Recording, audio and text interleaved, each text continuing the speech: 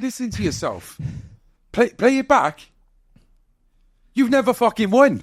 What the fuck am I going to do? Mate. What the fuck am I going to do? Nick, they're going to come after me. They're going to come after my child. And they're going to come after me if they see you come here asking for help, innit?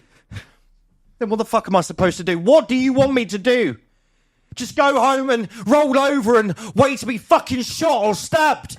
Watch my fucking child get fucking stabbed? The Central Club. What's going on, people? Welcome to the Central Club. This episode is brought to you by Re-Inspired Printing, the Canna Coffee Shop and Weekend Defender. If you haven't already, make sure you hit that like button, subscribe to the club and hit the bell button to be notified of future content. I am really excited to get into this podcast today. I've been following this man for quite some time now, since I've had a mobile phone, which was probably 2020, 2021. Smartphone, that is. Yeah, I was going to say. Yeah. You've not had a phone for very long. No, I didn't. I would have lost it or sold it at that time. So, ladies and gentlemen, I warmly welcome. You might know this man as the crying father on TikTok, or the guy who has lost a relative. It's Lewis Saunderson. What's going on? Or all of his relatives. Yeah. You've done them all, yeah? And it's Saunderson. I thought it was that. Yeah. A lot of people said Saunderson in videos. Yeah. Saunderson it is. Hey, thank you for coming, mate. You're welcome. Thanks for having me. No, not a problem, mate. It's a real pleasure to do a podcast like this. When you come up to me and you said, why did you want me on the podcast? Like, it seems like a lot of your podcasts are really like deep, trauma-filled kind of podcasts about a life story. Why would you want to? And I just said, because you talk a lot about trauma, number one. Yeah. And number two, we like to splice it up and give an enjoyable podcast from time to time, because it's fascinating what you've done, mate. Yeah, thank you. Well, so I guess you want a bit of backstory? Well, we'll definitely, I think we should get a bit of a backstory, because all everyone knows you for is that. I would like to really know how you got to that stage in your life. Where are you from? So I was, I grew up in Stevenage in Hertfordshire. And when I was a couple of years old, my parents did move me and my older brother, at that time, just the two of us, to Milton Keynes just for a couple of years, and then back to Stevenage. I was born in Hitchin Hospital, which is no longer a hospital. So I then, at the age of 11, moved to Peterborough, and that's where I live currently today. But during my time in Peterborough, that's where I did my secondary school, that's where I did my college, that's where I started to get my kind of experience for stage acting at the local theatre there. And then that all kind of led towards me going off to drama school in my early 20s. Went to London Drama School for 4 years, East 15 Acting School in Debden, next door to Loughton, near Epping Forest.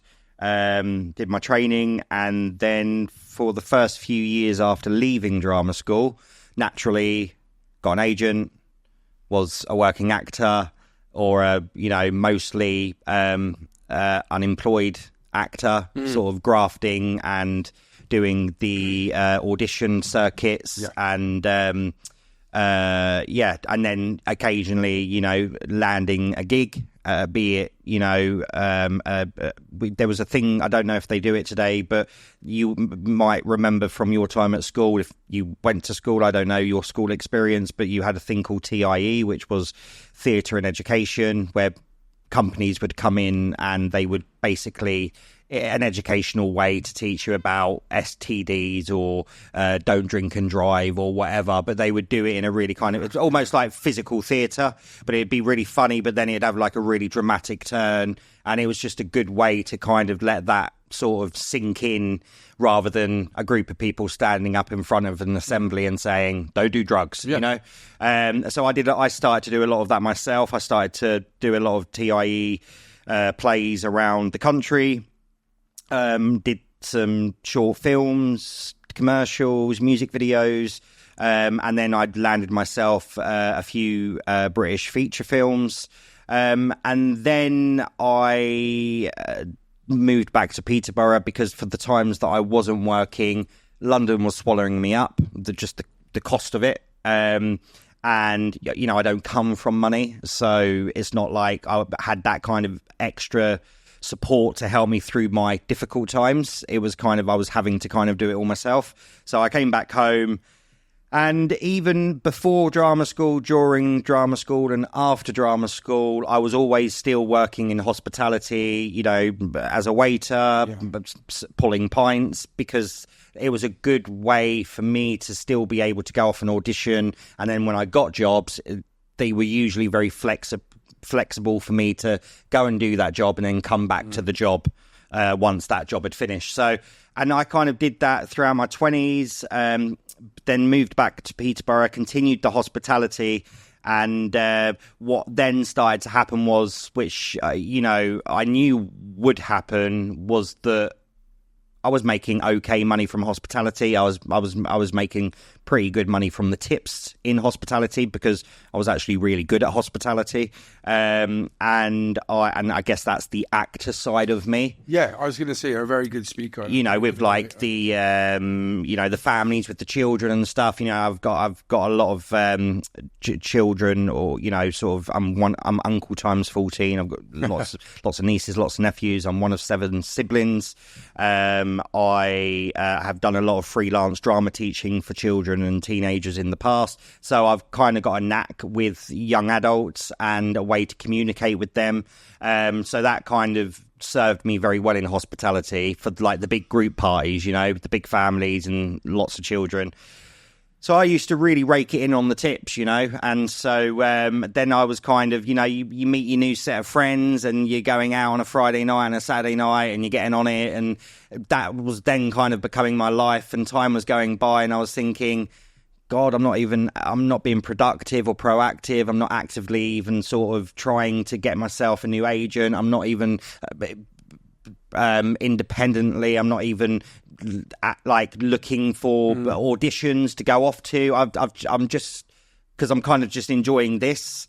And then what happened was one of the last places I worked in hospitality, which I ended up working there from my 30th birthday for a good sort of 4.5 years. I met another guy there, a Romanian guy who since has become one of my best friends. I was one of his best men at his wedding. He was very good at IT, which is very much where he has his career now. And I sort of got chatting to him, and we kind of hit it off, and we shared our kind of passions and skill sets. And at that time, around the hospitality, around the you know, working behind the bars and in the restaurants, I was also, on top of that, I was also on the weekends mostly working for local performing arts / musical theatre companies in Peterborough, whereby I would go and teach the children and the young adults about drama and acting, and we would put on each term stage musical theatre productions. So you'd have someone there teaching him the dance, someone there teaching him the singing, and then I would be their drama teacher.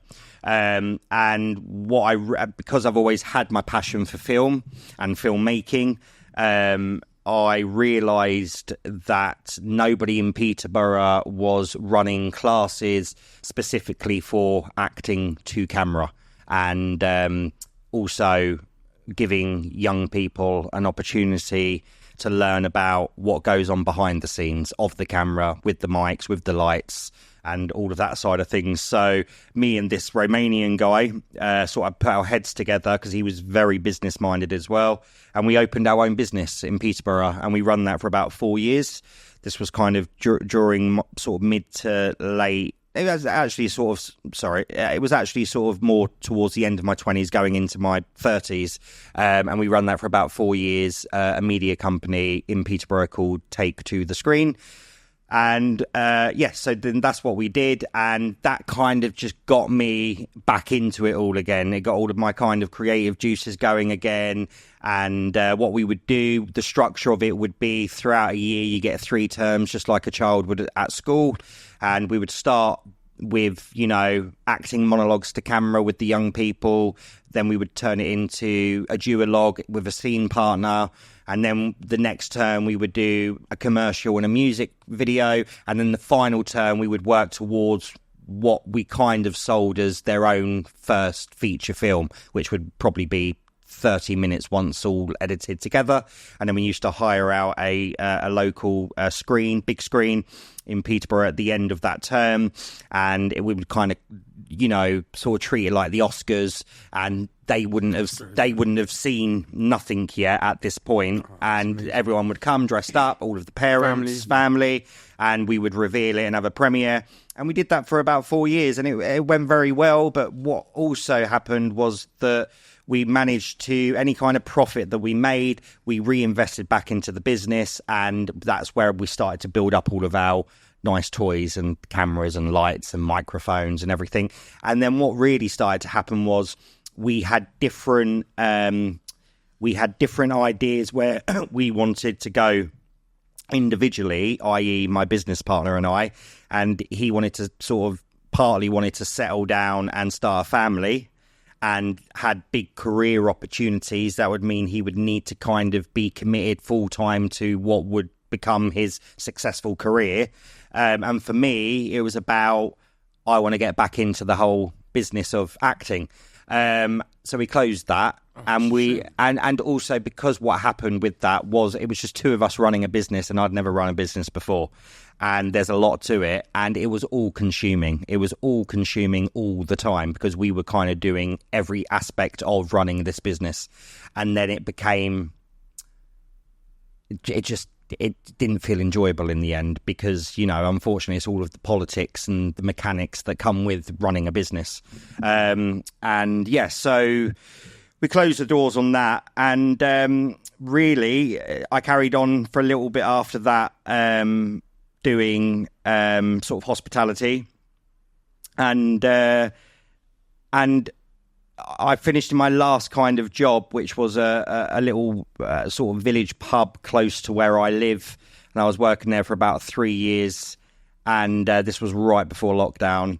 And in a way, lockdown, for, you know, I have to be careful what I say because, you know, it's obviously for a lot of people, it was just the worst thing that could have ever happened.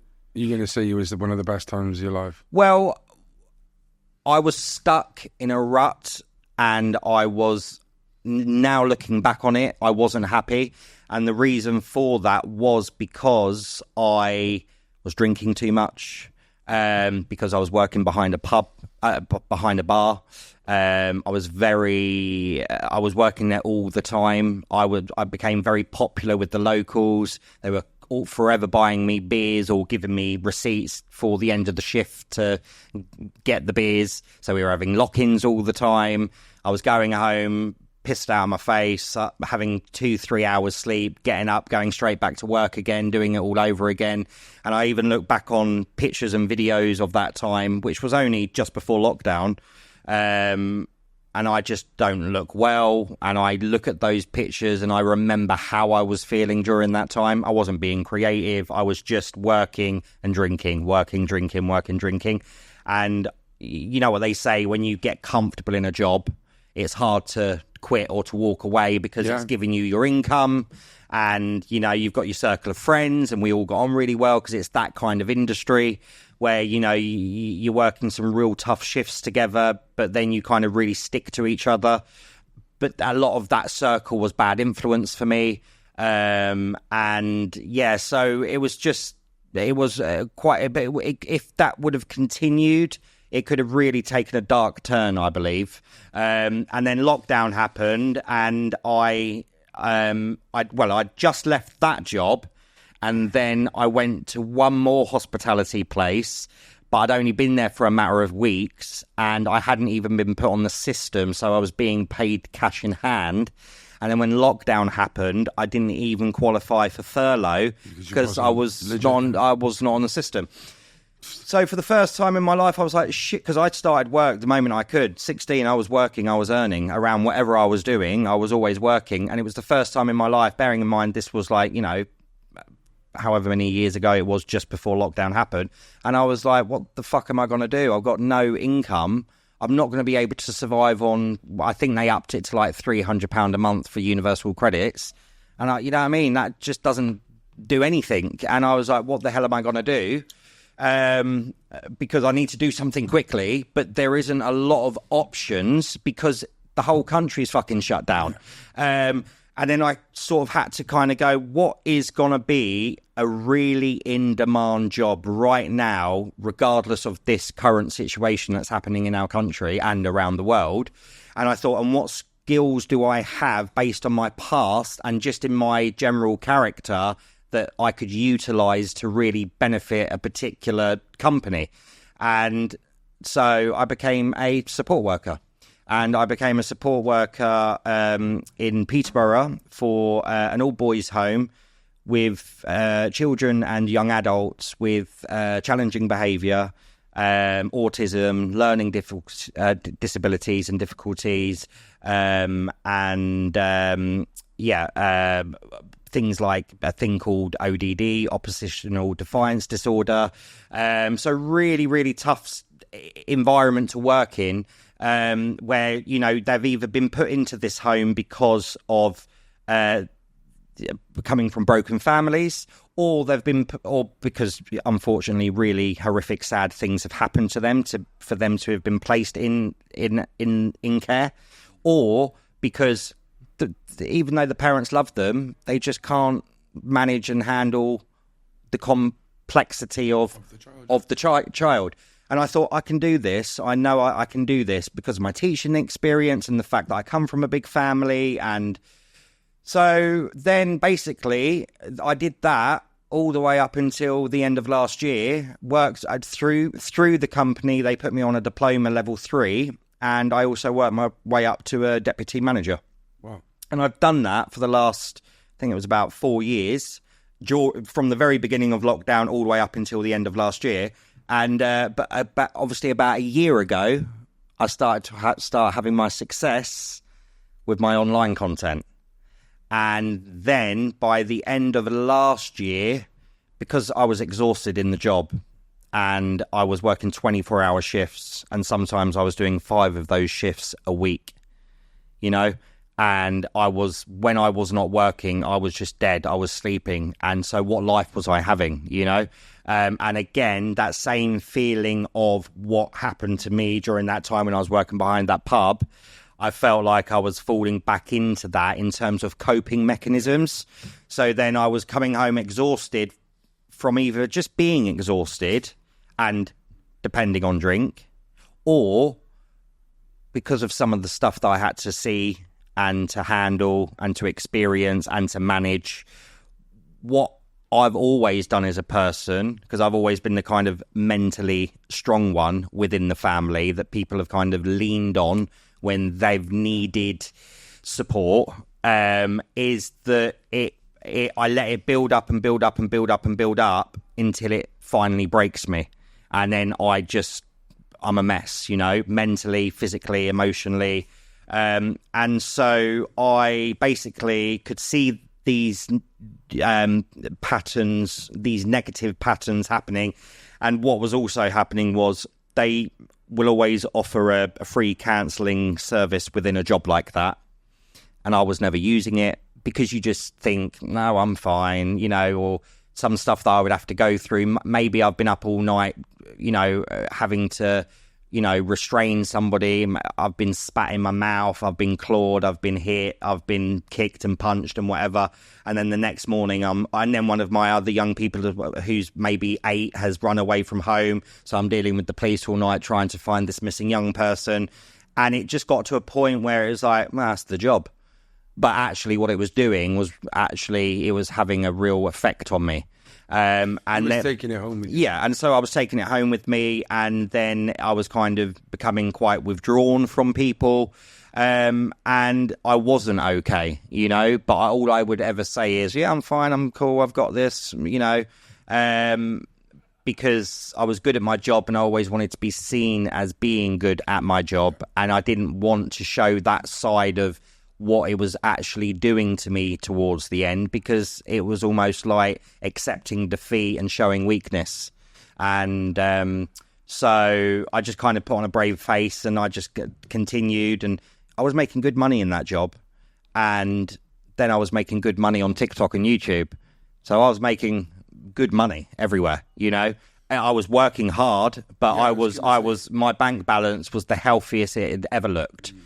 But that wasn't making me happy because I had no energy or time to spend it and enjoy it. Did you ever burn out? 100%. Physically, mentally. Did you have to take time off work at all? I did. I probably took about 4 weeks was the longest time that I took. I did like a 2-week annual leave and then extended it for a couple of weeks after that. And what I used to do when I first started that job, because, you know, you're trying to impress and you're trying to be the best, is I would still be accessing my work emails, even when I was on annual leave or on my days off. Yeah, and then stop. Or I'm on a beach on holiday and I'm still like, this is how you need to manage the situation, you know, and then I got better at that towards the end. But then anyway, because of the social media stuff really kind of started to take off about a year ago, I thought, hang on a minute, I'm now making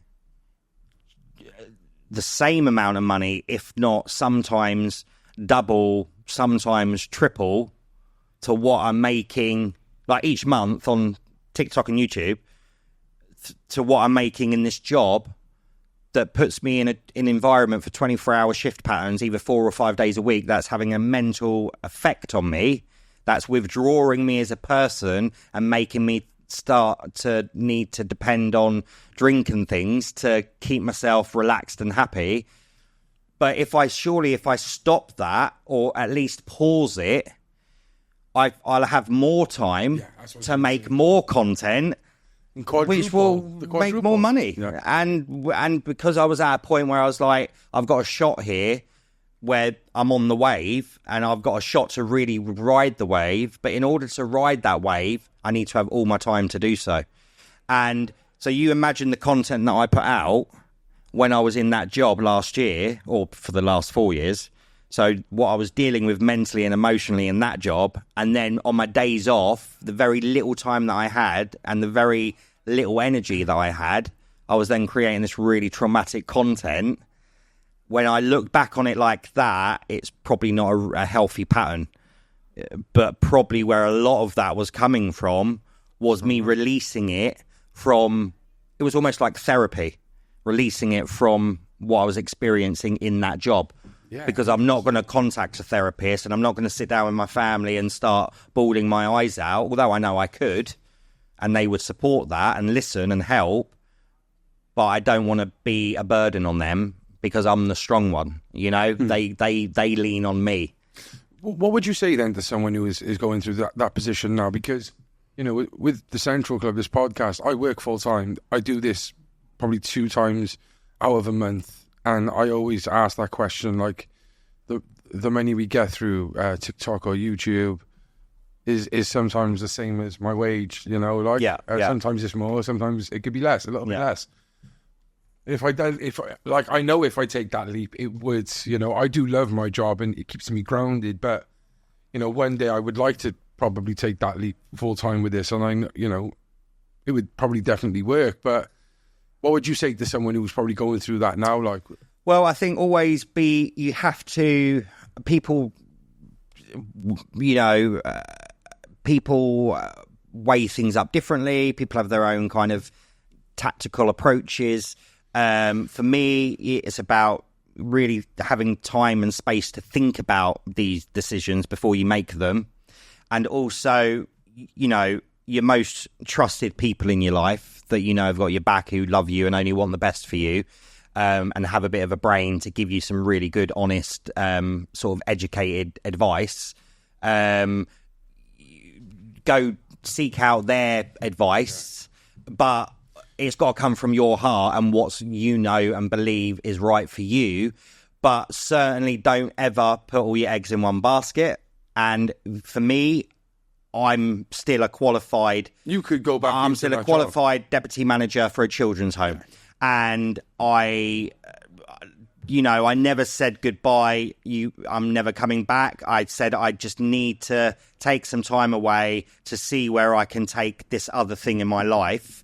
And if this continues to go well and this can give me longevity for the rest of my life, then great, because I'm doing what I love.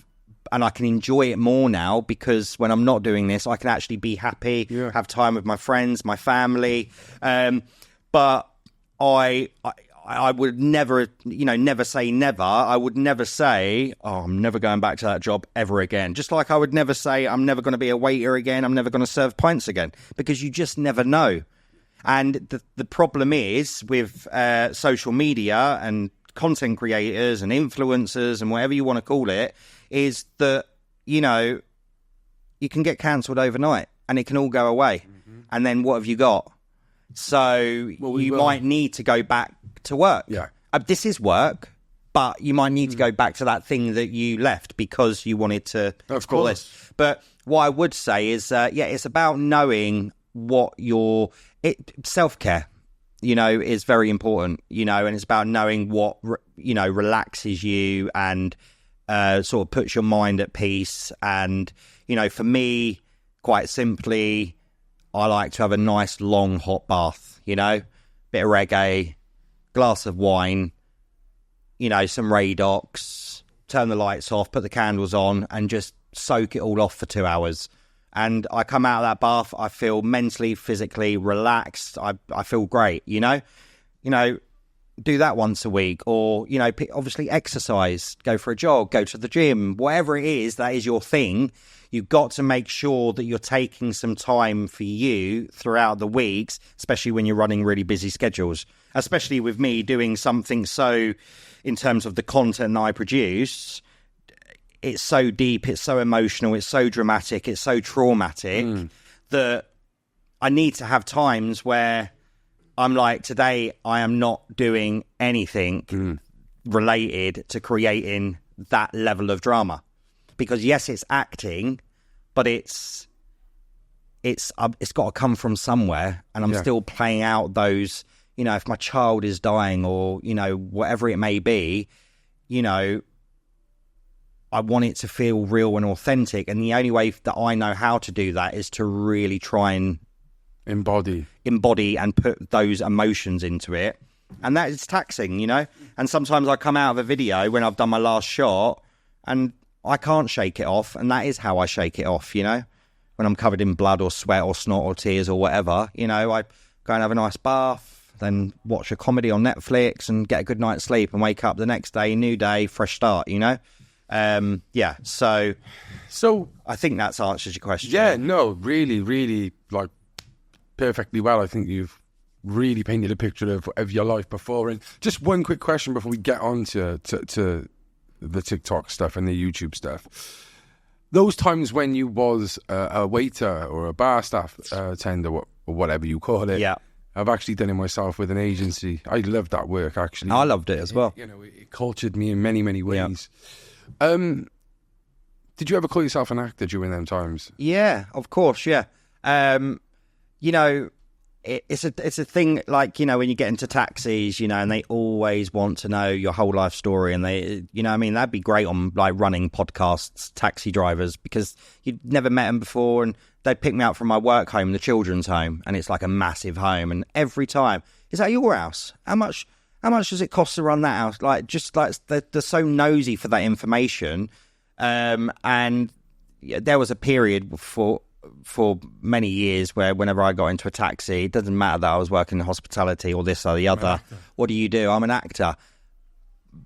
Big mistake, really, because then it's like, oh, are you? Oh, what have you been in? And it's like, oh, here we go. Do you know what I mean? And I know they're just interested because they hear the word actor. In EastEnders, no, exactly. Well, that's the next thing they'll always ask. Oh, so I bet you want to go into EastEnders, didn't you? Because they think that to be an actor, that's the end goal. TV, a soap. But yeah, no, I've always been very transparent about, and I've always been proud to call myself an actor as well. I think, and that's what I wanted to know. Did you wear it on your chest, or was there times where you just lost hope and just thought, yeah, no, I mean, that's not going to happen? Yeah, no, I think as well, when I've been in circles for years in hospitality around a group of people who know me because they've got to know me. and they know I've been to drama school, and they know that I've done some acting work and this, that, the other, you know, they are probably starting to see me as someone that, well, he used to be an actor, but this is what he does now. So, but for all of those people, and for all of, for the good and for the bad, is they can see it now, because this is what I am doing, and because I never quit, I never stopped wanting to be that thing. You know. So now, okay, I'm not in EastEnders. I'm not in the next Hollywood movie come to the cinema on Friday, but I am playing characters, telling stories with a big audience, and making a full-time living out of it. Well, I think you are a perfect example of using your craft, but not in the most conventional way. You know, when you think of acting, people do think of the big screen straight away. You are a perfect example of using that for something probably not many people have before. All right, of course, we get probably a lot of these actors on TikTok and Instagram doing short reels and stuff. But, when you was doing this, first of all, I didn't see anyone else doing this, and it was new.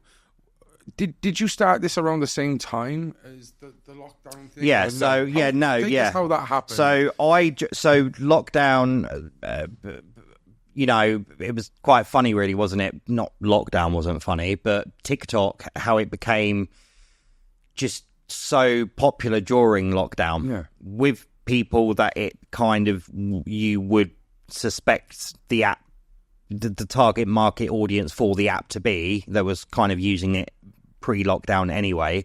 But then, dads and mums and... Yeah, but it was just dancing. Like everyone was jumping on TikTok because everyone had all of this time on their hands. And so, lockdown was really good business for TikTok. Do you know what I mean? For the app, because it just brought so many more people onto it. But and then I was thinking, at the end of the day, like, it's this thing of like, especially in the life of an actor, is that you can sit around and you can mope, oh, I don't have an agent, I'm not getting any auditions, I'm not getting seen for anything, I haven't done a professional acting job in 6 months, but you're the one with the skill, and you're the one with the talent, and you're the one that can play characters and, put on different accents and, so then create your own work and put it out there.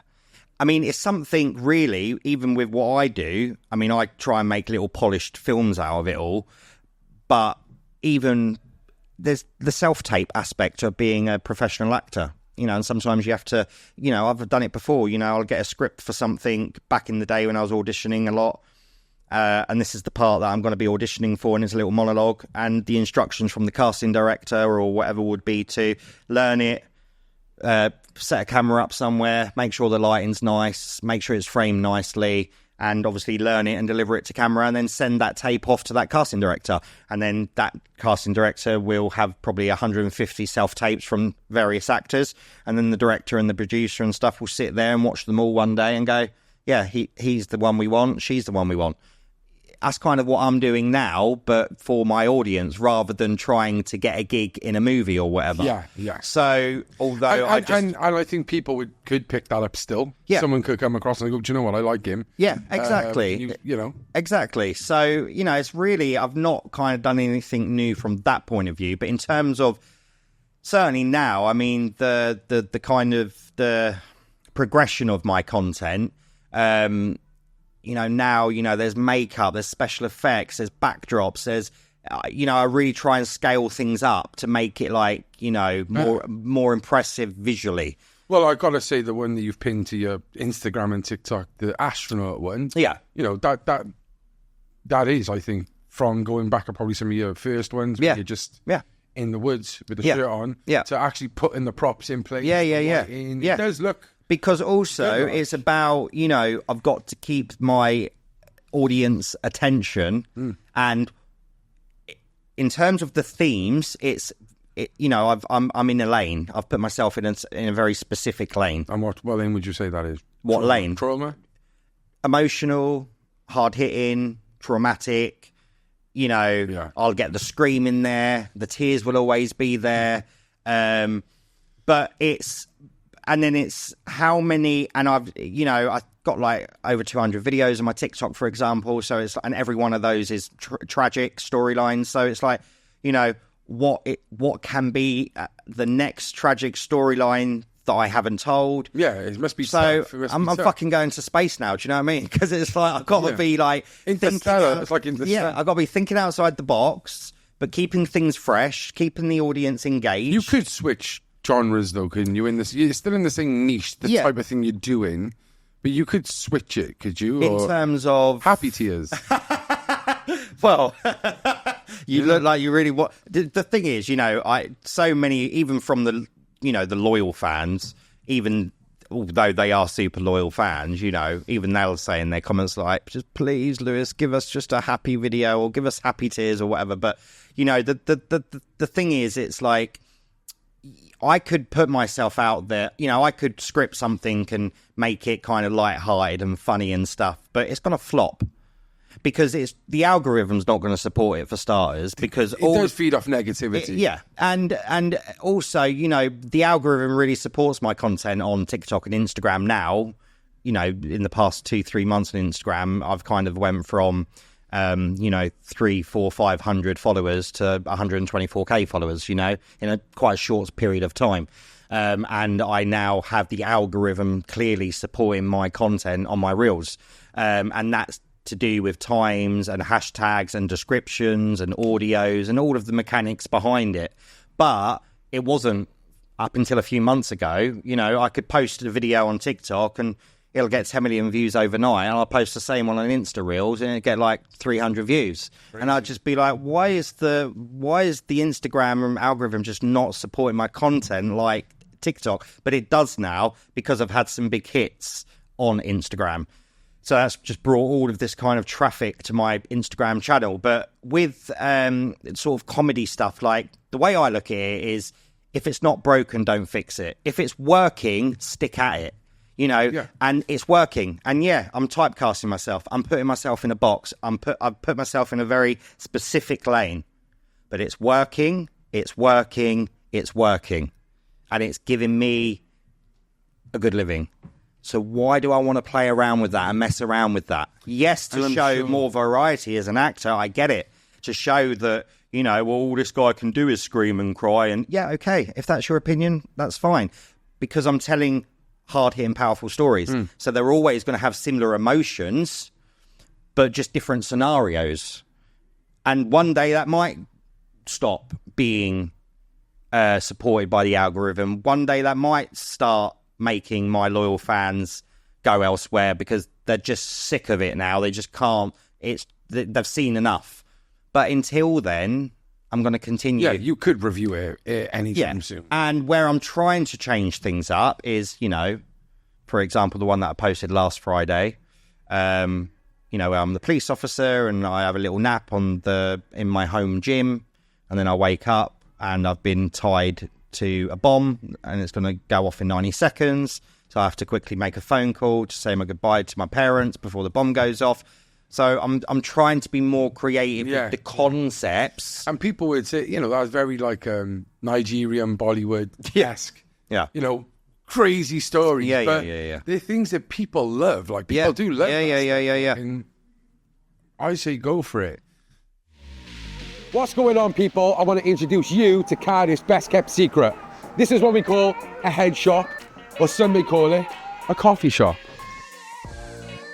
It's basically a candy shop for those laid-back chillaxers who are looking for a natural herbal remedy to offset their stresses from modern life. They got gummies and cookies, exclusive papers and packs, dried herbs and extracts. They got it all. And the coffee is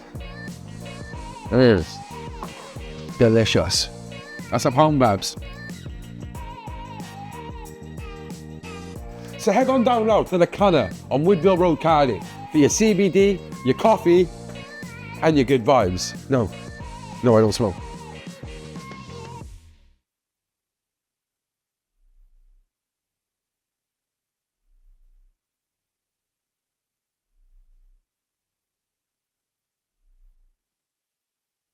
Yeah, I think like the first video I watched of you was, I think you was, if you was either an officer, yeah, I think you was a police officer, and you found your daughter dead in a tunnel. Yeah. First opinion, like, this guy, is he taking the piss? That was the first thing. And then I saw one about drugs, and I thought, being a former druggie, is this guy like, is he taking the piss? Like, or I didn't even realise. And then when I went through your catalogue of stuff, I realised what you was doing. And, you know, I've seen other people react to things, which we'll get into in a bit, but I genuinely think it's good for educational purposes. I really do. I think that, August 2022 was when, during lockdown, was when I joined TikTok. And because I'd been in, you know, projects like short films and feature films and, you know, commercials and things that I already had content to use from, I was kind of, what I started my channel out as was because I was experimenting and I was trying to figure out what is going to be my path on this app, you know, if it's ever going to go well. And so I started, for example, you know, there was a scene of me, it's a bit of a running theme here, but I did a short film called A Dark Secret. And I was coming home from a job interview at night time, and I, you know, sort of back road, dark, and I get a phone call, and I can see it's the people that have just interviewed me. So I shouldn't take that call because I'm driving and it's dark, but I do. And then I left a voice message which basically says, look, we were very impressed. We would love to offer you the job. And so I'm like, yes, yes, yes. And then in that moment, a young boy walks out, and I hit him. Yeah, that's great. Like, and it's not great. No. But then, but I panic in that moment. I go to I realise he's dead. I go to call the police, and then I panic and I don't make the phone call. And then I bury his body in the woods.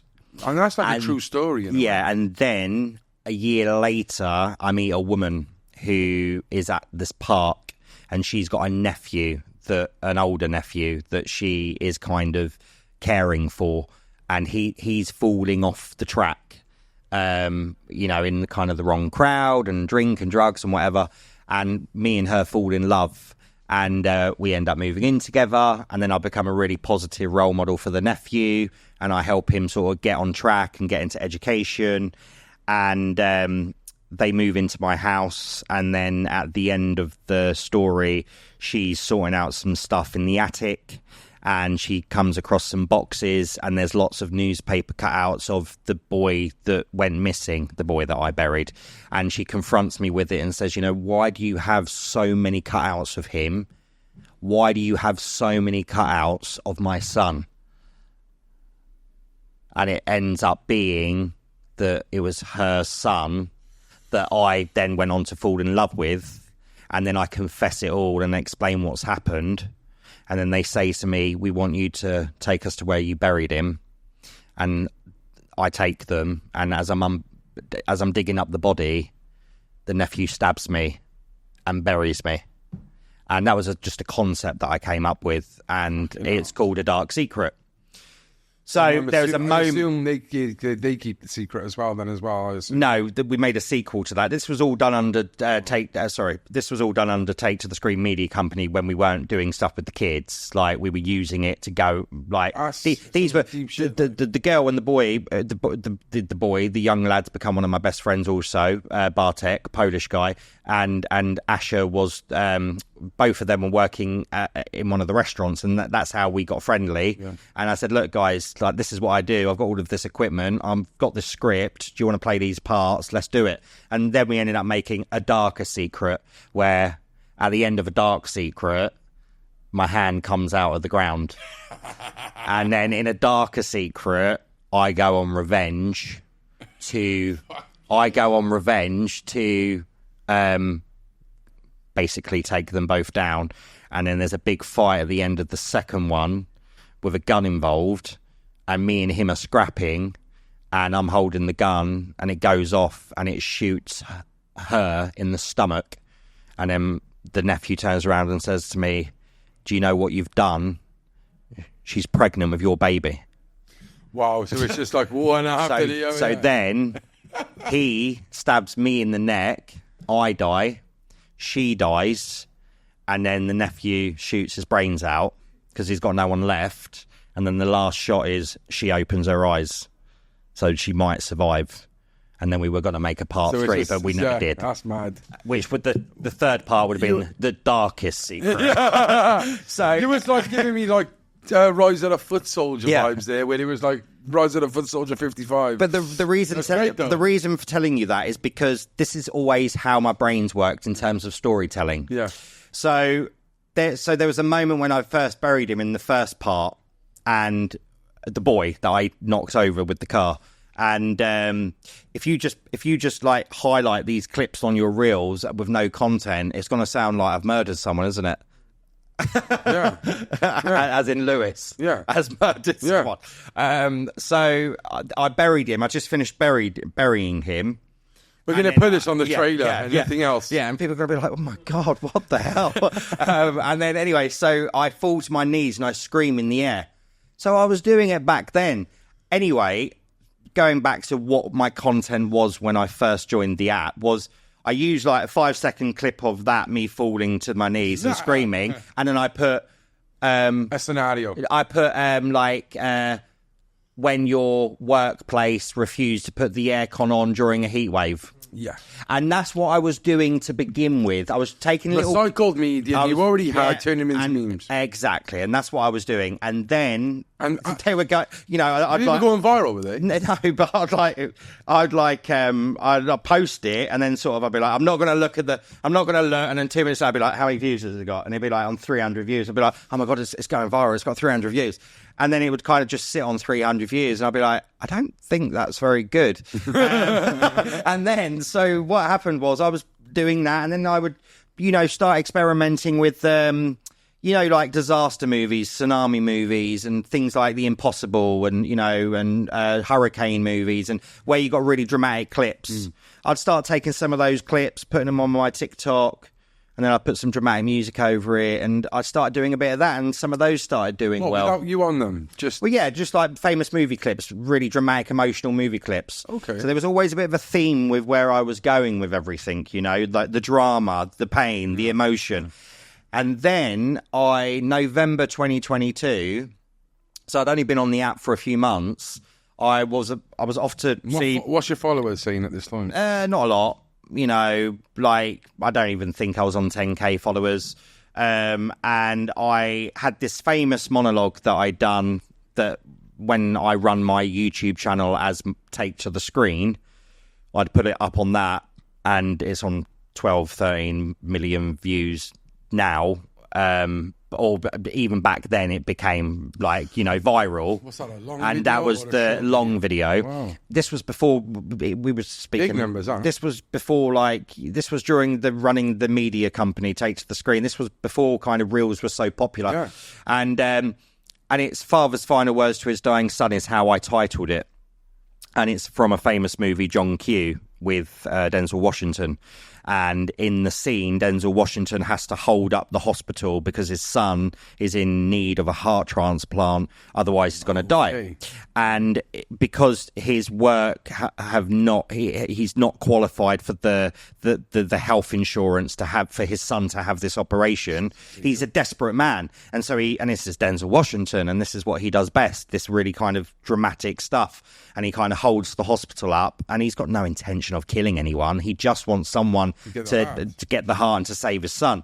And so anyway, there's a moment in that where he goes into the hospital room, and his boy's unconscious, and he sits next to his bed, and he sort of says, because he's already made his own mind up, Denzel Washington's character, that he's gonna basically let the doctors take out his own heart and give it to his son.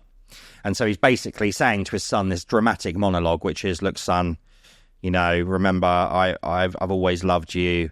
Remember, when you grow up, always treat your mum with respect. She's your best friend. Always listen to your mum. Always treat girls like princesses. Don't do drugs. Don't drink. You know, be a good person, but stand up for yourself. Don't let people walk over you. And it's just a really emotional speech. And I always loved that speech. And I was like, I'm going to do that speech. So, because this is another thing that actors do. You would just if I was going to an audition and the audition said, "Oh, prep a monologue," it'd be the same. I'd be prepping that monologue and I'd be going to the audition to do that monologue to show my dramatic side of you're not showing your creative side. No, so you're just showing your acting side. So it could be any. It's like if you go on X Factor. Okay, someone might come in and go, well, I read this song and then sing it. And you go, wow, you're a good writer as well. But most of the people who go on X Factor are just singing famous fucking songs. Yeah. So I thought, well, hang on. This is when I was running Take to the Screen. And, you know, I was over at my business partner's house because we were doing business. And I was like, Amir, I've got something. I want you to film it. Just set the camera up. I'm gonna deliver it directly to camera. And it's almost going to be like I'm taking the same lines. I made it a bit more English because obviously it was American. I wanted it to feel really authentic to my voice. And I sort of was selling it as I was leaving him this final recording. So then when he wakes up and recovers from the heart operation and Dad has gone, he's got a video. And so that's how I did it. And that's how I performed it. And that's how I sold it. Then I put it on Facebook and I put it on YouTube and I titled it Father's Final Words to His Dying Son. The whole world believed it. Everyone believed it was real and it went nuts viral. And I mean, all over the place. Did like any local of your friends or anything be like, what? Yeah, I know. Obviously, people that know me would know, oh, that's Lewis doing a dramatic monologue. But I'm on about the world, the world that don't know me, you know. And that's when Did you get any contacts from that? Like, yeah, I mean, that's going back quite a while now because that was even before TikTok. Some people probably still believe it. Yeah, and then so anyway, when I was trying to get my first hit on TikTok, November 2022, a few months after joining the app, I was off to see my good friend Claire in London, and that morning I was like, do you know what? I'm going to redo that monologue, but I'm going to do it for TikTok this time, and I did it to my phone. And I then posted it, got on the train. An hour later, I was in London. My phone was blowing up, and it already hit the mills. And again, people were thinking, this is real. And that one is, what's that on today? I think it's on TikTok. It's something like 22 point something mil. But that's then what started bringing me all of the numbers and the followers and everything. This is what I'm going to do the other stuff. Yeah. And then I was like, this is it. I need to be putting my fresh new acting out there today, not recycling clips from old footage. I need to just be I just need to be creating dramatic content to camera, and this is where this is going to be my lane.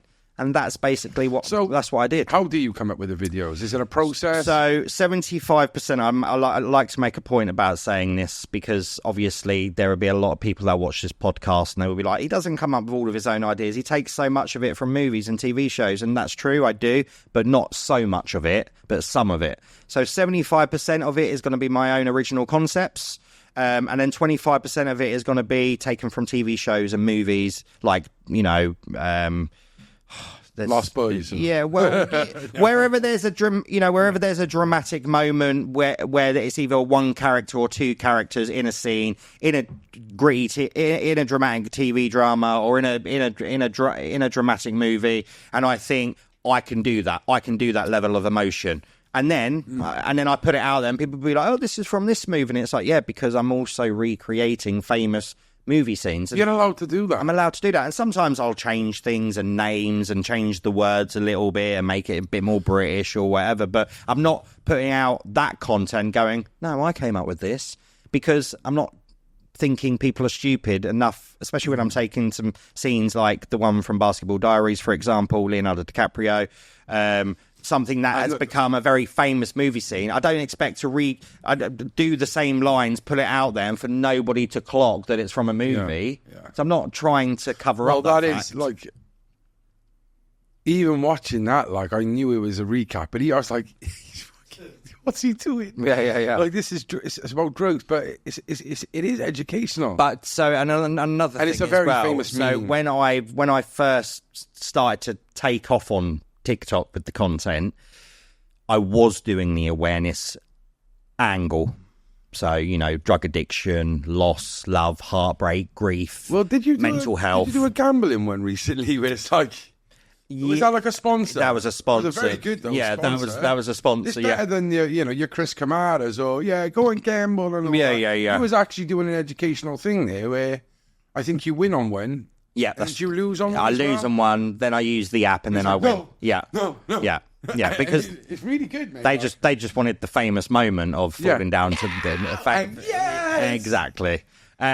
So then, but obviously, I've kind of removed people can always say there's a certain awareness level to that if it's an original idea or even if it is a recreation of a movie scene. But for example, one of my more recent ones, where the spaceman is freezing to death in space.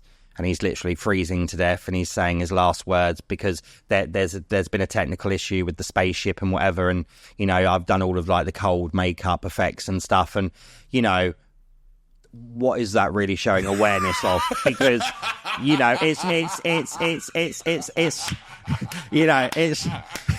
it's not something that happens. Okay. It's not something many people have to worry about happening to them. And I get it. No. But it's not the idea of you might get stuck on fucking planet Mars. Yeah.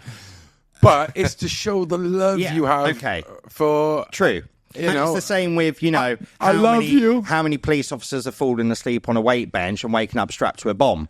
With That's mad. That's mad. And that's more like Saw, taken from Saw kind of movie, Yeah. So what's the one when it's like, I think that I'm Alex was the one who... We're like, it's like you've just been someone's been kidnapped. It's all like Fonzie. It's the guy with a balaclava just he's bringing me. I know it's when you review and analyse and stuff, it is nuts. Some of the concepts and ideas are nuts. It's commitment. But it's commitment. And you've really got to sell it. But also, because I used to put that word and the hashtag a lot in my early content when things were doing awareness. Awareness, yeah. People started to kind of go, oh, what's this awareness for? And this way, and now, even though it's been removed from all of my content, Were you aware? Yeah. people still have to say, well, thanks for making me aware of this because this is a really important issue happening right now. When it's like me in space freezing to death, so they're being sarcastic, And it's like, but guys, I'm not making it awareness. This is me just creating a dramatic scenario, What do you think is the most controversial one you've done? Really, the thing is, at the end of the day, people are everyone can be triggered by something completely different, and this is because so many people also still say to this day, like even people that enjoy my content go, surely this is satire. This is this is satire, right? Because if I find out that this guy is actually being serious in terms of really committing and taking it serious, then that will just blow my mind. And then I sit on podcasts and things and go, no, I take it very seriously. This is not intended to be satire. But I do appreciate that, at the end of the day, certainly I haven't got to worry if I'm freezing in space because I'm thinking not many people this week have had a partner that's frozen in space. So it's not going to trigger too many people. But if I am doing, I've come to check on my child and my child has just died in their sleep and I'm really playing out that traumatic scenario. There might be someone that's happened to. There will be. Yeah. And that can be really triggering for them. And has there ever been one where you have, you say they're all, everyone going to be triggered by something, but is it one where you feel like, I know this was probably pushing the boundary? Well, I didn't think it at the time, but in hindsight, I understand why it became so controversial. And it's actually my most viewed video on TikTok. I think it has like 92 point something million views. And that is the young child drowning in the family paddling pool. And that's the one that got that went nuts because that came after father's final words to his dying son, and that really took my then I got my numbers just shot up everywhere. So, and then I was like, that went world famous news for good and bad reasons, because obviously it was the final message to the father. A child drowning in the family paddling pool. Do people think that one was real as well, or no? But yes, as well as people, yes, on the news. Yes, people thought it was real, as well as even people that knew it wasn't real was still.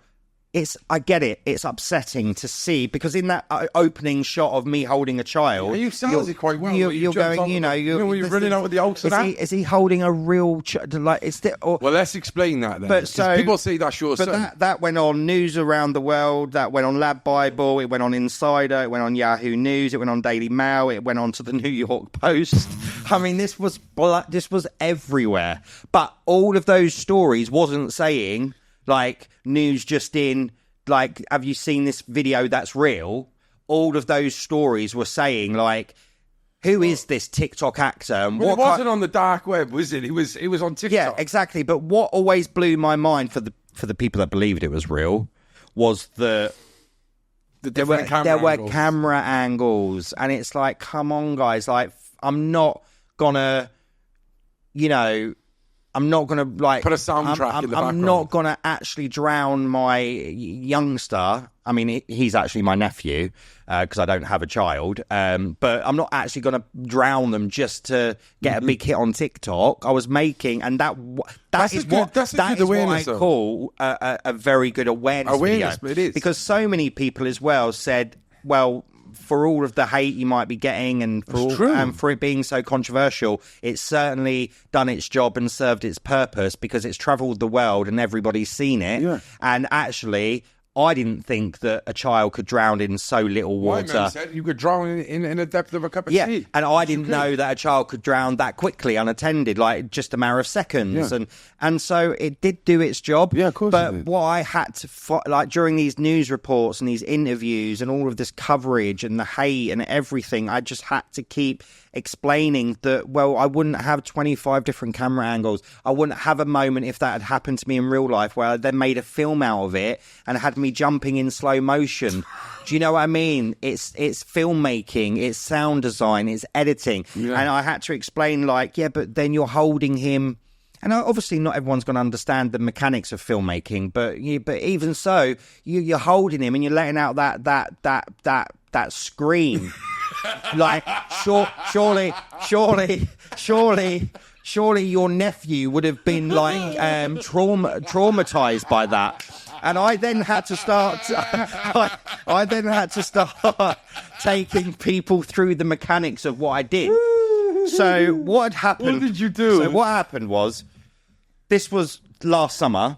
This was early. This was May time, and it was super, super hot. And we got the paddling pool out. The early summer, didn't we? Yeah. I just bought the paddling pool from Amazon. Set it all up for him, and he's in the paddling pool. Was it for the purpose? Or no. It's to every year buy a new paddling pool. But no. So I'd had a couple of beers. I'm sort of I've got my feet in the paddling pool. He's playing away happily, and he starts, because he's a little bit. He likes to be cheeky and make you worried. So he was like putting his head underwater and stuff. And then I'd be like, Arlo, don't do that. And then he'd like be being still and stuff. No way. Like trying to like mess with me. What a little bugger. Yeah. And then I was like, bing. And I was like, actually, I know what I'm going to do. So then I just let him play, and I just started getting some shots of him playing and pretending to play dead in the water and stuff. And I was like, right, I've got all of that. That's great. He's got no idea what I'm doing. And then I said, right, Arlo, I put the camera behind me. I said, what's going to happen is I'm going to jump in the pool and I'm going to pick you up and I'm just going to give you a cuddle. And that's it. And that's what I did. And then obviously I did the silent scream and tried to put all of the emotion into it. And then in the sound design, I put that scream in afterwards in post-production. Honestly, 100%. Because, do you know what? I forgot about that bit. He is actually like... Yeah. Yeah. And then not only that, the moment when I know, and he did well, bless him. And the moment when I jump over into the thing, because you can't see him, because he's not even in the paddling pool at that point. He's in the house. Because you're doing it all at different times. You know how it works, you know. But when I put it all together... Trickery. with the music and the scream and the sound design and his body limp like that, people was like, this is fucking nuts. And it literally put me on the map on social media for good and bad reasons. Did you regret it? No way. 100% no, because really, I could not be where I am today in terms of my growth and exposure, and that gave me a huge following. I mean, probably that video alone put me on nearly 500,000 followers. Wow. You know? So that video, we might as well stick on to this topic. This was reacted by he labelled himself. And then this summer, I got a new paddling pool. Oh, go on. And then I thought, do I do it again? And I thought, do you know what? I don't want the fucking headache. I've done that. Leave that alone. You know? For now. For now. No, this got reacted by a YouTuber that claims to be a celebrity YouTube star. Yeah. Is actually, as we speak, is actually going through something himself where it looks like he's being cancelled, and don't think he's going to get back from this. I'm Alex. He's a British YouTuber. He tends to just react to other YouTubers, mainly British people. Yeah. And he really shits on people. A lot of these people don't even have to do much, and he'll find something to expose them on. And he did a video on you. I think it was over half an hour. It was called "The Crying Dad of TikTok," and I found it quite rude in a way. What he'd done. How did you feel when you seen that? Well, it was brought to my attention from a younger brother of mine, who is a bit more kind of clued up with kind of who's who on YouTube and stuff. And he kind of brought it to my attention, and then I kind of watched it, and I think, that was probably at a point as well where things were kind of starting to really pop off for me in terms of views and on my content, and I was really like, things were going well from a kind of growth social media point of view. So I guess people were, I was getting people's attention, people like I Am Alex, and so for someone like him, we thought, perfect, I'm going to do a reaction video to some of his content, because this guy's mental what he does, you know what I mean? It's like every video, someone who's dying and he's like crying and whatever. And I watched it, and I was quite new to it back then in terms of seeing people speak about me or my content or my style or whatever in a negative way. And it's a tough pill to swallow to begin with, because in your head you're thinking everyone's going to love my stuff, because this, but how could they not? They're going to feel it. They're going to feel those But obviously, they don't see the work. And also it's not for everyone. Drama's not for everyone, and some people just find it depressing and they don't want to watch that type of content. And I fully appreciate that and respect that. But so I watched it, and I kind of, at times he wasn't too harsh, but there were times when he was just being him and sarcastic and not really understanding the ideas behind why I've done what I've done and how I've done what I've done and what that involves. And why would he know that? Because he didn't reach out to me to speak to me first to pick my brains about it. He just jumped on it as, well, I can get some views on this, because this Lewis guy at the minute, he's kind of everywhere, and so if I react to him, then that's going to be good for my views as well on my channels. So and so then my brother said, well, look, Lewis, you should do a reaction video reacting to him reacting to your stuff, and sort of clear up a few things and have your sound a few things that he's getting completely wrong or out of context or twisted or whatever. And so that's what I did, but I kind of kept it quite polite, really, because I'm not trying to. No, of course. I'm not trying to. That's the best way to do it. I'm not trying to have beef with people. Like, at the end of the day, you try to educate them. On what you do. I get it. Like, things like, there's not one thing out there, like one comedian, one singer, one rapper, one dancer, one footballer, one anything that the entire world loves. Because everyone's got their own thing and everyone's got their own opinions, and unfortunately, when you are putting yourself out on platforms and you've become quite popular and you get the views and you've got the audience ready, waiting to watch your next video, you are opening yourself up for criticism. you're making yourself very vulnerable to that kind of side of the internet, you know. Of course you are, yeah. And you really need to think about that before you decide that this is what you want to do, because some people can handle it better than others. But you know, we had the Caroline Flack, you know, not too many years ago, and you know, it's so easy for everyone to jump on their socials and be like, you know, people just need to be kinder to each other and be nicer to each other, and you never know what someone's actually really going through. And these are the same people then that just jump on anything and are just critical and negative and abusive and you know, those words you have just said now is what's happening to him. He's actually, you know, there's things that have come out of him that he's been abusive to his partner, his ex-partners as well, and it's all coming to light. So, you know, he says a lot, really. And I think the way you reacted to it was the best way ever. Yeah. Did he contact you at all after this? He had commented on, I believe he followed me on TikTok. I can't quite remember. Did he say anything? But he commented on my video of reacting. What did he say? It was kind of, from what I can remember, it was kind of very short, and it was kind of light-hearted, and it was a bit tongue-in-cheek, and it wasn't like it wasn't like it wasn't that then. It was something like, you know, you're right, Lewis, like kind of a hello more than anything, and sort of like, yeah, good one for making your video back to my video kind of thing. It wasn't nothing. Yeah. So well, here we are, and mate. I've not thought about him since. Yeah. Good for you, man. It was only because you brought him up earlier that you actually made me think about him again, you know, and I don't know. And the only reason I brought him up is because it's in the media. I don't know exactly what the allegations are, but I am aware that there's actual video footage. This guy is actually streamed. So for people who don't know, I'm Alex is a streamer, which he's always done is try and draw people out for being abusive or, you know, whatever. So this one girl he was with recently, just the most recent one, he was like Zooming or FaceTiming or Skyping her, whatever it was, speaking to her from her house. But for some reason, this guy had his camera on, all right? So they're having a private conversation through this like private chat, and his camera's on. And they're talking, and he's arguing with her, and he just starts freaking out. He's here, I'm going to smash your head in with a brick against the wall and all this stuff. Really, really nasty. And then all these screenshots came out, these recordings came out. She had like a dossier on him, which she released, like a 50-page dossier on him that she's released to say, like, I cannot believe this guy got a platform. He's nasty. He's this. And a lot of other people have came out. So you know, it's quite mad, like, you know. Yeah. And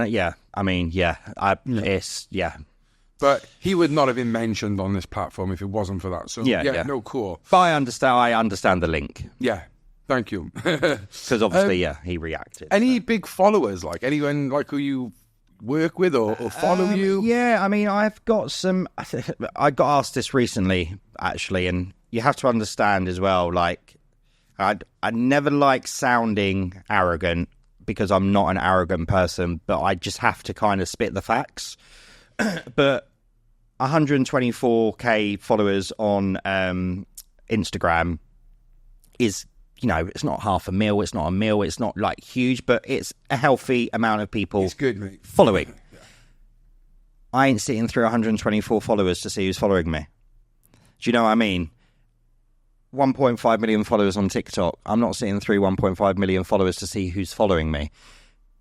But as you'll know yourself, if you have certain people that follow you that have a big following and they've got like a blue tick or whatever, it kind of almost pins to the top of your notifications and your eyes are brought to it, your attention's brought to it. So sometimes, because I do look at my notifications, I'll be like, oh, who's this? And I'll be like, oh my God, they've got like 1.5 million followers. Oh, right, they're this person or that person. Oh my God, they're pretty big at what they do. And I think, oh, that's cool, they follow me, you know what I mean? But I don't always know who they are. And then there are people that I do know who they are, and I'm like, that's so cool. Like, there's a famous, hopefully this all goes out as in the deal is made, but there's something quite exciting happening at the moment. So the there's a famous filmmaker. In fact, I believe he's an Oscar-winning filmmaker, but he's a Swedish filmmaker. But he's made some big films that have won big awards, and I believe he's won an Oscar. And he's working, and he's following me. And somebody that I was doing was someone that I'm currently working on a documentary with. His favourite director is this director that follows me. Wow. And he said to me about a month ago, he's like, Lewis, do you realise that so-and-so follows you on Instagram? And it kind of went over my head, and I was like, I don't think I know who that is. Obviously, when I looked into it and looked at his IMDb, I was like, oh, right, yeah, I've seen this movie, I've seen that movie, whatever. I was like, that's cool that he's following me, because he's like a big, you know... He might be looking at this stuff and he's a big-time director. Teaching people, this is great, you know? Yeah. And then, so anyway, then a couple of weeks ago, what's become my most viral hit on Instagram is the soldier finds out wife is cheating on him with his brother. Yeah. So that's where I'm in the car and I break down. And again, so many people believe that's real. And that's currently on 31 million views or whatever on Instagram. And that's really kind of lifted my numbers. So that particular video, so there's this production company in Sweden who are producing this new movie, directed by the director I was just speaking about. And in this movie, I won't give too much information, just because in case it doesn't happen or in case I'm not allowed to say too much, but because we're in early stages of negotiation. But this movie stars, or will star, they're in pre-production at the moment, it's all set on a plane, and will star Keanu Reeves, Kirsten Dunst, Woody Harrelson. Wow. Old school. And it's about how the entertainment system is broken down on this long-haul flight. And it's kind of almost like a comedy look at how us as human beings then will rely on things like our phone and social media, because we haven't got all of the entertainment that the plane would usually give us, which I guess is really just like the TV, isn't it? But so in the opening, because this has been described to me in the email, in the opening, one of the main characters, so I can only presume, you know, Woody Harrelson, Keanu Reeves, one of those, possibly Kirsten Dunst, is scrolling down Instagram on their phone, and they want to use my soldier video that the character's watching in that opening of the movie. That's fantastic. And what would I, how much would I sell it for it to be used in that movie forever, for them to have the rights, for them to use it in that movie forever on all media platforms, etc. So we're just kind of in negotiation with that at the moment. Crazy. So, you know, things do come out of things, you know, and it kind of works perfect for them because of what their story's about. And that video's 90 seconds, but they said they might even use the whole thing, and they really, really want to use that particular clip. They could start off with that, yeah. And it's like, I can imagine it. That is it on the screen, and then it kind of draws out, and if she's on it, they might be on their phone watching it, and it goes to the start. And also, you know, it might not happen. We might not do the deal. It might not happen. And people will watch this podcast, and, you know, even if they stumbled across this podcast in a couple of years and go, that never happened. Yeah. But the point is, these are the conversations happening right now. Yeah. So, that's unbelievable. Yeah. Mate. So I'm really, really excited about that. Okay, so one of the staple points, I would say, is of what you're known as is your tears. Yeah. They're not real, are they? They are real, yeah. Yeah. They are real tears. Yeah. Which is quite funny, actually, because there's actually been moments in my life in the last, you know, few years where, you know, something I've kind of maybe found upsetting or whatever, even if it's something I'm watching, and I kind of feel like, I've got no tears. I think I've cried too much. Like I'm all dried out. But it's not a case of like, again, if you're an actor or a filmmaker or a creative, an artist, whatever, you'll get it, you'll know it anyway. But, you know, what you see in the final cut didn't just happen like that. You know, it's a process, and you've got to get into the character and the mindset and get into that like level of emotion. And it could take me maybe 20 minutes to really gear up to that. And then it's there and I'm ready, and then it's action, you know. But so it's not just like, boom, here the tears come. So is this similar to, like, would you say, hey, the only way I can kind of put it is, say, like, you're having sex and you're about to... Yeah, I mean, you know, I think... Final shot. Yeah. Is it like that, though? But You're working to something. Yeah, but also, like you know, I'll do, depending on the scene and what the scene it requires, which is always obviously a high level of emotion, but, you know, I might, if I've really got to start off where I'm like the soldier in the car breaking down to his missus who slept with his brother, you know, and he starts up there, he starts at 100, you know.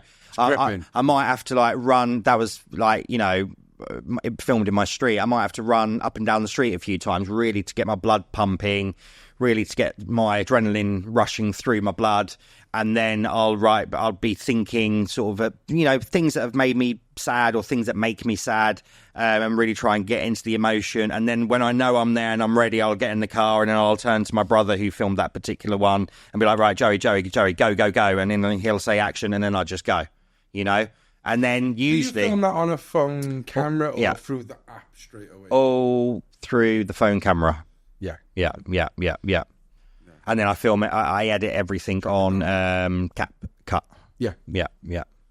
Wow, that's really impressive. Yeah. And there are certain things that you wouldn't think it necessarily, but I'm doing it all myself in terms of even the filming, because there's certain things that I can. But then there are times as well where I called in my brother, my younger brother, who has helped me with a lot of my content in terms of framing, angling, holding the camera. You know, he's even been in cameo extras in you know, when I'm the police officer running to the tunnel. When you fell over. When I fell over, and he's the security guard that's holding. That's what Alex said. Yeah. Who do this? Yeah. Like, well, yeah.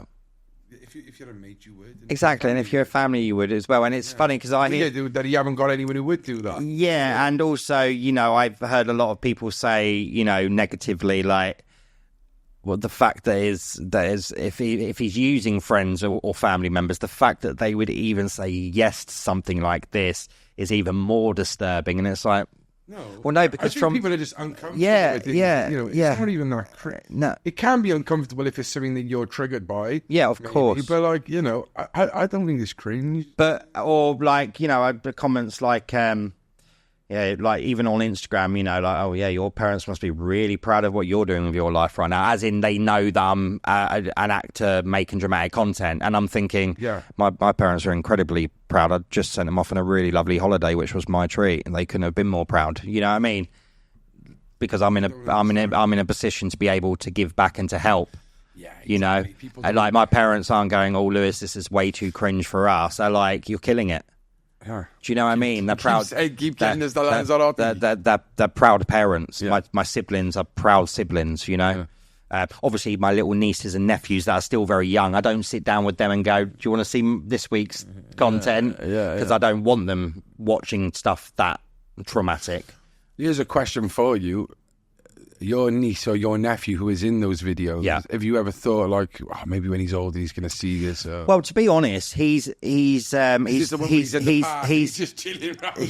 Yeah. Well, do you know, he's my little star because I kind of help a lot with him, and I spend 50% of my week with him around doing what I do, and he, you know, it's always taken out of context when he's involved with anything. So he doesn't understand that. So, Arlo, like, you're getting kidnapped in this one, mate. So a bad person's going to take you off and do bad things to you, all right? So give me some emotion. I'm not having those conversations with him. I'm saying, like, I just need you to run across the field, mate, and look happy. And now go in that tunnel, and I'll meet you on the other side. That's it. But when I put it all together, people are going, God, he must be traumatized being in this story. Yeah. But it's not like that. I know. You know? So... Same way you would train... I know, don't want to sound too bad, but same way you would train a dog or something to do something in a film. You have a bit of... Exactly. You know. And he's kind of aware of what I do, that I'm an actor, and he has started to say to me, I'll be like, oh... He's going to want room. Yeah, I know. I'll say to him, like... Oh, tomorrow morning, mate, I've just got to film something quickly. And he'll be like, oh, can I film one with you? Like, can I do some with you? Like, I think he's going to get into the kind of act. But when he gets older, whatever he may feel, how am I supposed to know what he's going to feel when he watches it when he's older? But, I think he's going to look at the views and he's going to work out with his head how much it costs. And he's going to be like, where was my fucking money? Yeah. No, to be fair, I mean, I give him anything and everything he wants. And I don't mean that in a really spoil way. No. I mean, like, I'll take him like once a week to a soft play centre, or we've got a place near us called Fairy Meadows, which he loves to go to. I'll take him there once a week, and he's into his computer game costumes, and once a month I'll buy him a new costume, and all of those things is my way of saying thank you. Bit of that money on some of those views is yours, mate. Do you know what I mean? Because without you in that, I wouldn't have been able to tell that story. Do you know what I mean? Yeah, of course. But you can't give a 3-year-old lots of money. They're not going to know what to do with it, are they? So, what's your favourite video? My favourite video is, to be honest, in terms of it feeling really dramatic, like you would like it's a scene cut from a bigger, more dramatic movie. Because some things take a life of their own, and I have no intention of doing a part 2 or a part 3, but sometimes it just calls for it. So the police officer running to the crime scene where his daughter's body has been found dead was only ever supposed to be a one-off thing, and obviously that went sort of... And I assume the chat as well that come with like part 2 or... Yeah. Why didn't you do this? Yeah, and then the part 2, because people wanted more... like what happens next? Who killed your daughter? And they're invested in the story. And that's the way to interact with those people. Yeah, get more work. You say, guys, what do you think would be a good scenario? But then, so I had him obviously. What would happen straight after that moment? And like 2 months later, I'm getting back in the gear, back in the mud, back in the sweat, walking to the woods somewhere, and getting myself all like in that state again. And then I'm doing the phone call straight directly after that moment to my mum of Mum, just this is what's just happened. Because, that would probably be something that would happen shortly afterwards. You would need to start communicating with your family members. And then that did really well and sort of went viral. And I thought, oh, shit. And then people was like, what happens? Like, who killed your daughter? And then I thought, well, I'm going to have to do a part 3. And that's when I went home that night. And then, that was a couple months later. Would you say that's probably one of your favourites? Well, I like the fact that I made a trilogy out of it. But I don't know if you remember part 3. But basically, I was in the bath and the guy in the mask and the rain mat sort of strangles me in the bath. And then I wake up tied to the chair in the kitchen. And then he takes his mask off and it's me and it's twin brother that I didn't know that I had. Yeah. And it's a bit of a blood brothers story. So I was the one that was kept by the real birth mum. He was adopted into a life of abuse, and he used to watch me in the background thinking, look, you're happy, you've got a good career, you've got a daughter you love, everything's going great in your life. I've had nothing but abuse, so I want to put you through the pain that I've been through. Right. And that's what the twist was. Yeah. And then right at the end of it, he kind of goes in to sort of kill him, but it fades to black. So potentially there might be a part 4 because I'm thinking maybe take it to the woods where he's about to bury my body, but then we could have a scuffle. And to do those, like would you have to put like a recap because they're a minute long, or I know they could be. What I do a lot of marketing drip feed leading up to the release of it, like part 1, 25 million views, part 2, 16 million views. And then a little teaser trailer of the part 3 just to remind people of, oh shit, this is part of that story, It's all your little marketing tricks, isn't it? But I think actually for me, one of my favourites, funnily enough, is the one taken from Basketball Diaries. I always really liked that one. The addicted son, the son with addiction banging at his mum's door. What do you say on it? What does he say? Begging her to let him in, like, Mum, please, I just need some money, like, just 5 to 10, 15 pound, please, Mum, I promise, like, I'm in trouble, I need to get out of here, some people are after me, and then obviously although we had no woman's voice responding, but essentially she's not letting him in, she's not letting him have anything, because she's trying to protect him, because she knows that otherwise she'll just be helping him kill himself, because it will go straight on crack or whatever. And so it must be really hard for that mum on the other side to just be sobbing, thinking, I want to help my son, but this isn't how I help my son. And then I'm just obviously just desperate because I've got the itch and I need my next fix. And that's that's taken from Basketball. It's because I get excited, you see. That's taken from Basketball Diaries, and a film that I love, and DiCaprio is one of my favourite actors. And even years ago when I watched that movie and I watched that scene, I was like, one day I will do that scene. And I did that scene and it did really well, But I look at that scene and it's a meme, that, isn't it? A lot of people use meme, that. A lot of people use that. But yeah, I'm really proud of that piece. Yeah, I think that's a good one to be proud of. Yeah, and I'm not screaming in it, like the emotions there. No, yeah, you're not screaming in it either. But I'm not, there's not snot and dribble and screaming. It's more quite subtle, actually. Just sat looking up. Yeah. You went on the H3 podcast, which is Ethan Keeler Klein, I think it is. Yeah. In America, big podcast in America. I find him a bit. I used to like him, and then I think they went a bit sellouty and a bit like take the piss out of people. He called you the champion of despair.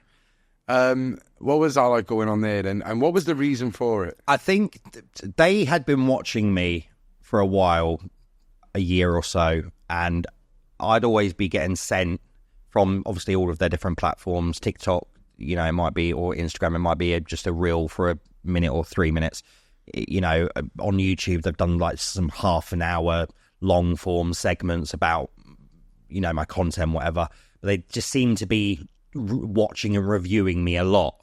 And so clearly the next natural step for them was, we should really reach out to this guy so we can actually get to know the real Lewis and pick his brains, because we're always talking about his content. Let's see if we can actually get on a call with him. Next natural step. For me, I was very aware of the previous because it gets brought to my attention. So I knew part of them have laughed and taken the piss in the past. Yeah. But I think with a lot of people, I still have my haters through and through, but there have been a lot of haters originally that I've converted into supporters who actually are turning around now going, actually, yeah, this guy's pretty good, isn't he? He's a pretty good actor, yeah. Do you know what I mean? Because they're like, this guy's not going away. He's like literally every week bringing out content. Like, it doesn't matter what we say, it's not making him stop.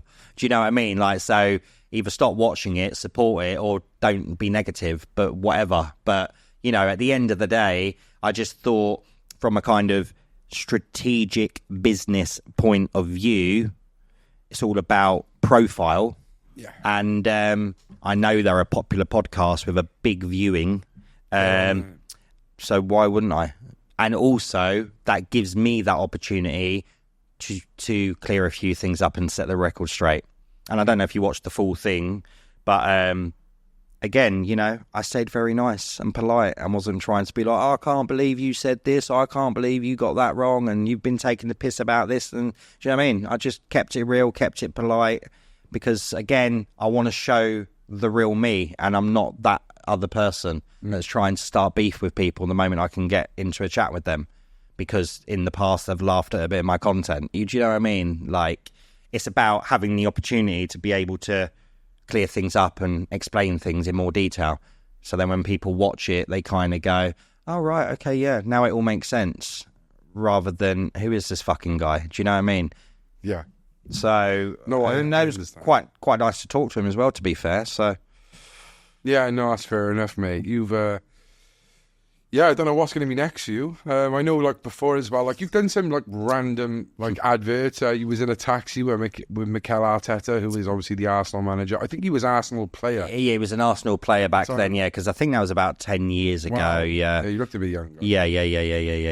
Mm-hmm. But, yeah, I mean, that was, I did a few other commercials for Arsenal, a contact that I'd made after drama school, and he was sort of running the media department for the Arsenal club, so he stumbled across me. Who was? Well, the guy that sort of filmed and directed. I thought you were Mikel Arteta. No, and then sort of reached out to me, and I think I did that one first, and then I went on to do a few others for Arsenal. Yeah, played. But then that was that. But not being an Arsenal fan and not really being a football fan, back at that time, I went to the Arsenal to shoot that commercial with what's his name? Sorry? Mikel Arteta. Mikel Arteta. my Arsenal fans around me, like friends and family, were like, "Oh my God, you're doing a commercial with him," and "Oh my God, you're going to go to the Arsenal stadium," and it was all very exciting to them, obviously. And the whole Arsenal crew ended up being there that day because they were doing promo stuff on site at the Arsenal stadium, at the Arsenal grounds. And so they were all kind of walking past me, and I was saying hello to him and being polite, but I didn't know who anyone was. And then Mikel Arteta, we kind of run it and mapped it all out with the director in the taxi. Went around a few times, and it was on the walkie-talkie. Right, we're going to pick him up now, get him in. We're going to talk him through it once. We're going to shoot it. If we're happy, we're dropping back at the. And he sort of got in. I said hello. We'd done it a couple of times. Said goodbye, and he went and never saw him again. Happy days. I wasn't with him all day. I didn't have long conversations with him. I didn't really trickery again. Yeah, I didn't really say more than 2 words. You know, TikTok then. As a platform, it is quite a wild platform. I'm not going to lie.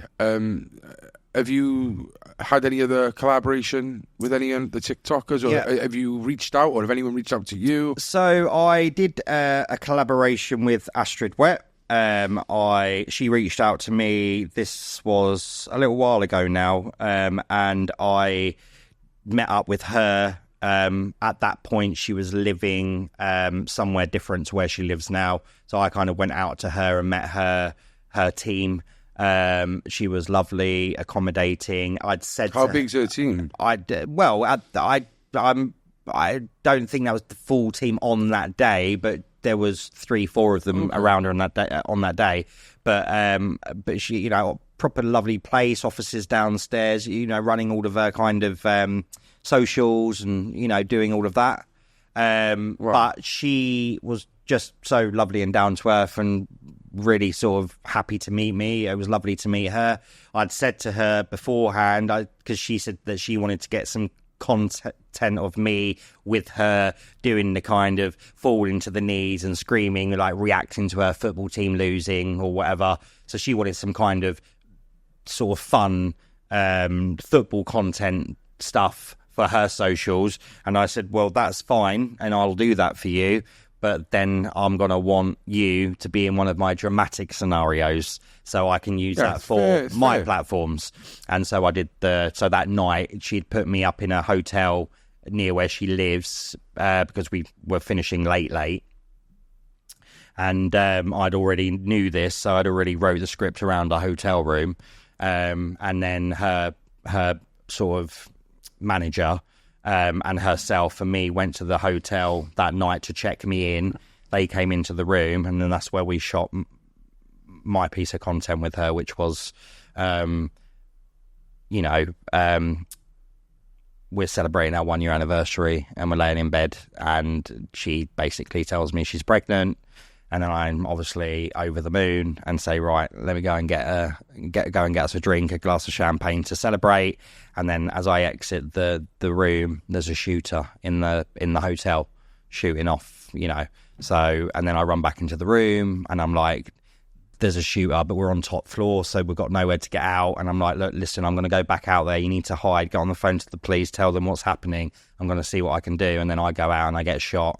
And then you see the feet of the shooter come in the room, and then shoot her, kill her.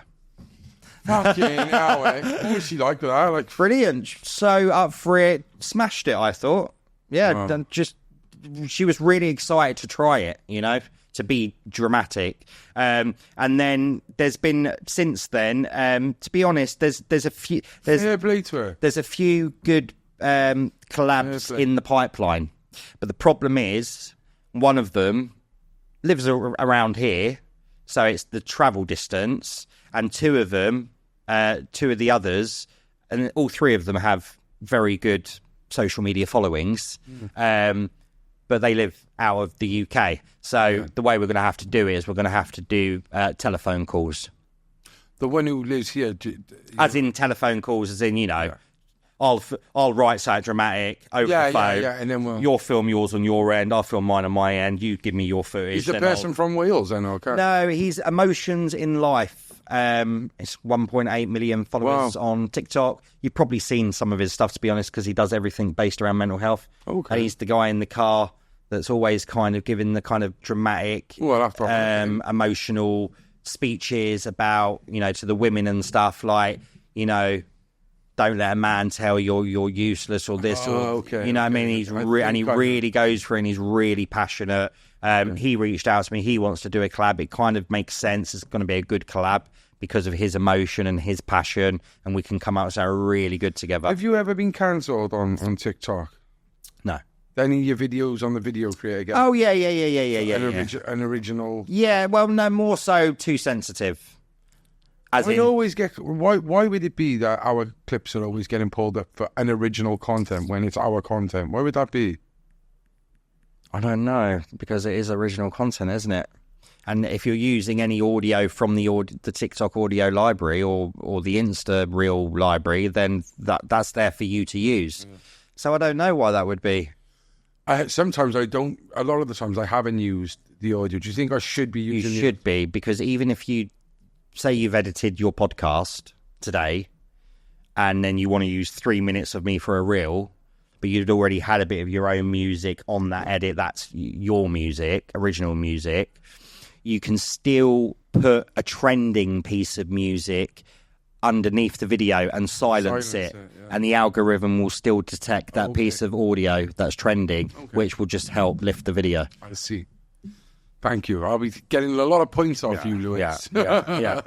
But there's been videos that have been removed, and then I've had to appeal it, and then I've been, I clearly state in the description and hashtags, it's acting, it's fiction, it's performance, it's not real, it's fake, it's this, that, and then they review it and they say, yeah, we've reviewed, we've accepted your appeal, and we've put the video back up, and where you were disqualified from making money from that video, we've now given it back. We've now given it back, and everything's fine. Back to it's instant. It'll just go back. It'll just appear back there in terms of what that video is currently on, in terms of money it's making. But then also, there's been times when I've appealed it, and they've then still said no, it's too sensitive or whatever. Or sometimes they put a cover on it where you'll get the option to watch it or scroll on by. Yeah. What do you think of? They don't like blood on TikTok. No, they don't. No. Or smoking. Yeah, or smoking, yeah. Do you think of the likes of Bevo?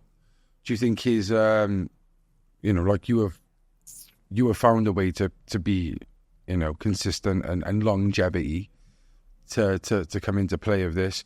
With someone like Bevo, do you think it's not going to last any longer for him? I think that I would assume, I don't know, but I would think that he's got some sort of management team, somebody that's advising him and helping him because of how kind of big he become on social media, or maybe he's doing it all independently. I think if he's clever and he gets the right people around him. He had Steve-O the Madman as his management, and they sacked him because he said he didn't want to listen. Right, well, there we go. That's a problem. But if he is willing to listen and gets the right support and team behind him, he can find lots of other strings to his bow. Yeah. But if he is just, no, I know what I'm doing and this is what I'm doing and I'm not going to listen to anyone else, and now that's starting to fizzle out for him, then it's either going to go one way or the other, isn't it? So before we wrap up as well, is I wanted to he could be doing a McDonald's commercial where he's trying a new menu and he eats it in one and stuff. Don't know why you haven't tried that. You know what I mean? Big money there. You know what I mean? So there's loads of, it's like I can get a lot of promos for sports companies reacting to my team losing or my bet losing just by me falling down on my knees and doing the scream because it became a famous meme. So it's recognisable, it's identifiable.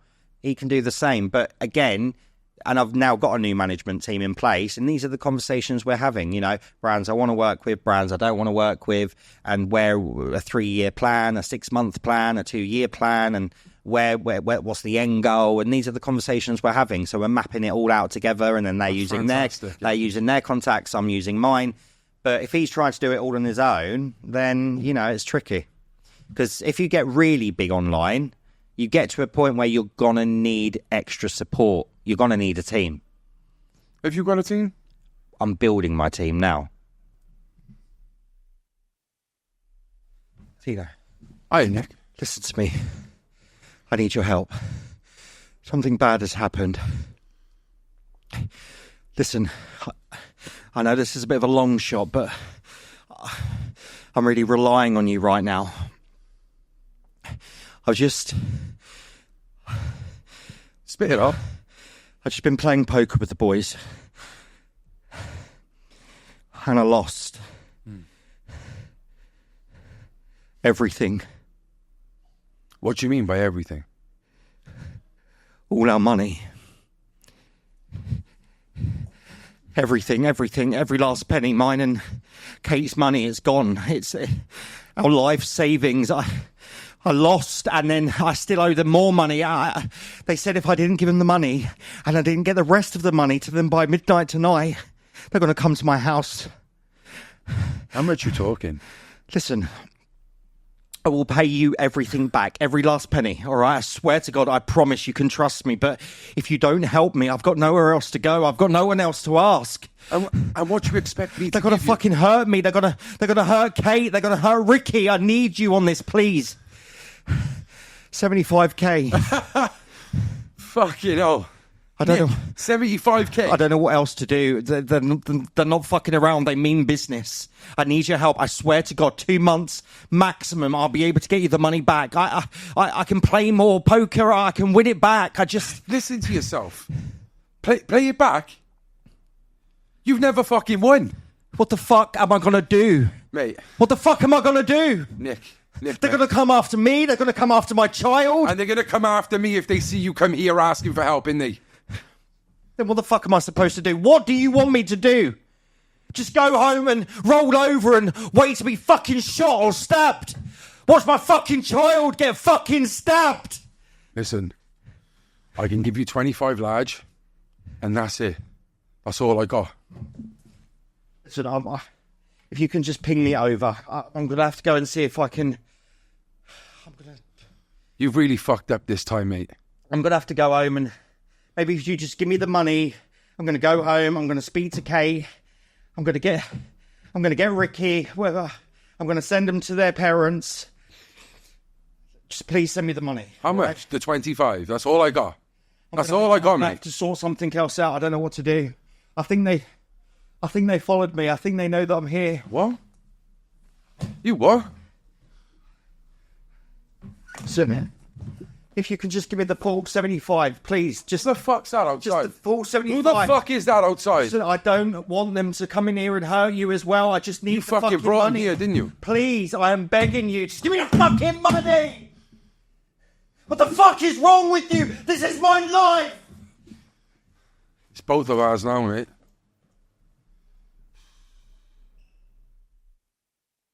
Hey, guys. I hope you enjoyed that. I don't know. How do you think I done there?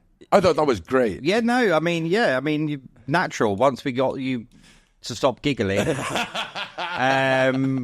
and really, acting is reacting, isn't it? You just got to look and react. And I think the most shocking part for me was you literally went outside and came back a totally different person in 2 minutes, and the tears were already fucking there.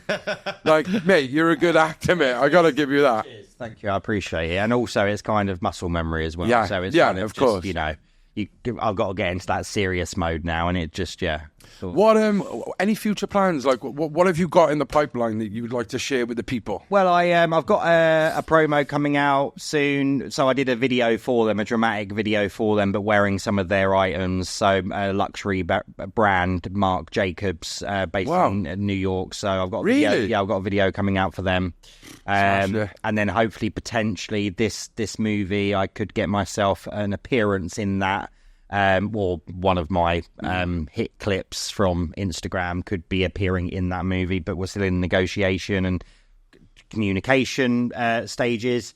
And also, I've got 2 mini documentaries coming out. They've already been filmed, which will be going on to sort of online platforms, which very much is following me around in my own life and us creating a TikTok and sort of, showing my approach and the process and how I do it from sort of beginning, middle and end. And what else?